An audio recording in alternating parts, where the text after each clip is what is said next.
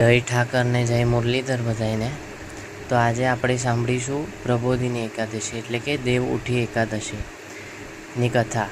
શાસ્ત્ર અનુસાર દેવપોઢી એકાદશીથી ભગવાન ઓઢેલા હોવાથી તેમને આજના દિવસે પ્રબોધ કરી જગાડવામાં આવે છે. તેથી આ દિવસને પ્રબોધિની એકાદશી નામે ઓળખવામાં આવે છે. આજના દિવસે તુલસી વિવાહ રચાય છે. ગુજરાતીઓમાં આ દિવસ દેવ દિવાળી તરીકે પણ પ્રખ્યાત છે, પરંતુ ઉત્તર ભારતમાં કાર્તિકી પૂર્ણિમાને દિવસે દેવ દિવાળી ઉજવવામાં આવે છે.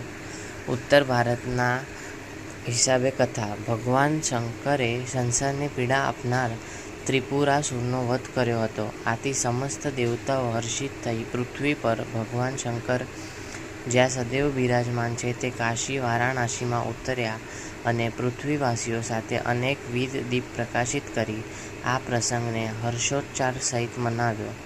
આગળ જતાં આ દિવસ દેવ દિવાળીને નામે પ્રચલિત થયો. કહેવાય છે આજે પણ કાશીના ગંગા ઘાટ પર બધા જ દેવતાઓ પોતાને સ્વર્ગના આ દિવસની રાત્રિએ કાશીમાં ગંગાજીના ઘાટ અને નીરમાં પધરાવે છે. રાત્રિના સમયે જ્યારે ઘાટ અને ગંગાજીના નીર અનેક દીપોથી પ્રજ્વલિત થઈ ઉઠે છે, ત્યારે તે દીવડાઓના પ્રકાશમાં ભક્તજનો પૃથ્વી પર ઉતરી આવેલા સ્વર્ગના દર્શન કરે છે. બીજી એક કથા પૌરાણિક કથા મુજબ છે. કહેવાય છે કે ઇન્દ્રના અભિમાનવાળા ગેરવર્તનથી કોપાયમાન થયેલા શિવજીએ ત્રીજું નેત્ર ખોલ્યું, પરંતુ ઇન્દ્રે બૃહસ્પતિની સ્તુતિ કરી અને બચી ગયો. પરંતુ શિવજીના ત્રીજા નેત્રમાંથી પ્રગટ થયેલા ક્ષારથી જલંધર નામનો બાળક ઉત્પન્ન થયો, જેને જન્મ ક્ષીર સાગરમાં થયો હતો. મોટો થતાં વૃંદા નામની કન્યા સાથે તેના વિવાહ થયા. વૃંદા અત્યંત પતિવ્રતા હતી અને તેના પતિવ્રત ધર્મને કારણે જલંધર વિજયતા પ્રાપ્ત કરતો ગયો અને ચોમેર ત્રાસ ફેલાવતો ગયો. સમુદ્રપુત્ર જલંધર વિષ્ણુ પત્ની લક્ષ્મીજીનો ભાઈ હોવાને કારણે ભગવાન વિષ્ણુએ જલંધરનો નાશ કરવા શિવજીનો સહારો લીધો. પરંતુ પતિવ્રતા વૃંદાના પ્રભાવને કારણે જલંધરનો વાળતો વાંકો થતો જ ન હતો. જલંધર માયાવી શક્તિથી શિવજીનું રૂપ ધારણ કરી પાર્વતીજીને વારંવાર હેરાન કરતો હતો. આથી ગુસ્સે થયેલા ભગવાન શંકરે જલંધર સાથે યુદ્ધ કરવા માટે રણના મેદાને ઉતર્યા. પરંતુ એમ તો જલંધરને જીતવો સહેલો ન હતો. તેથી ભગવાન શંકરે ભગવાન વિષ્ણુની મદદ માંગી અને ભોલેનાથ શિવજીના સલાહ સૂચનથી જ્યારે જલંધર રણ મેદાનમાં ભગવાન શિવ સાથે યુદ્ધ કરવામાં વ્યસ્ત હતો, ત્યારે વિષ્ણુ ભગવાને જલંધરનું સ્વરૂપ લીધું અને વૃંદા સાથે રહેવા લાગ્યા.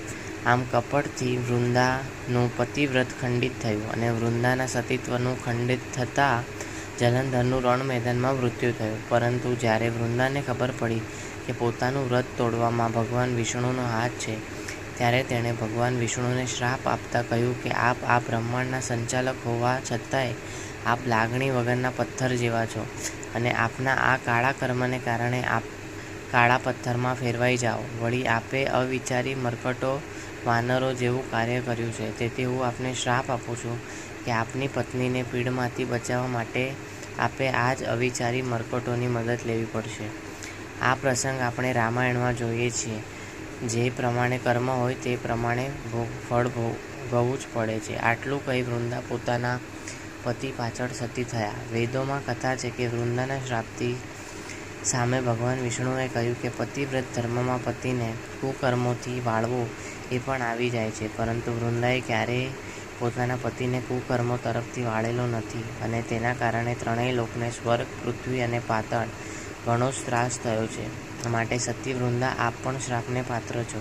અને ભગવાન વિષ્ણુએ વૃંદાને સજીવ છતાંય નિર્જીવ એવી વનસ્પતિ થવાનો શ્રાપ આપ્યો.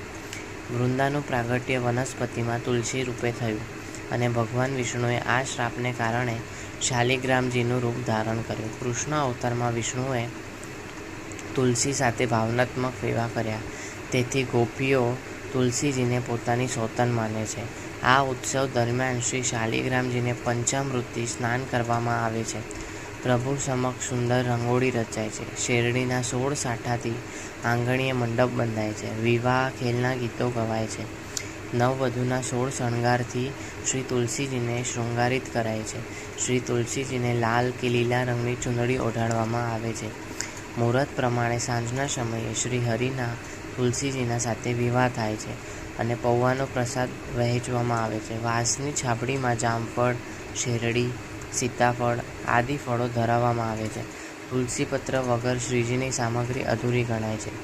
હવેલીઓમાં શ્રી ઠાકોરજીને લાલ રંગના જરી વસ્ત્ર સાથે કુલ્હે, કેસર, ચંદ્રિકાનો શૃંગાર થાય છે.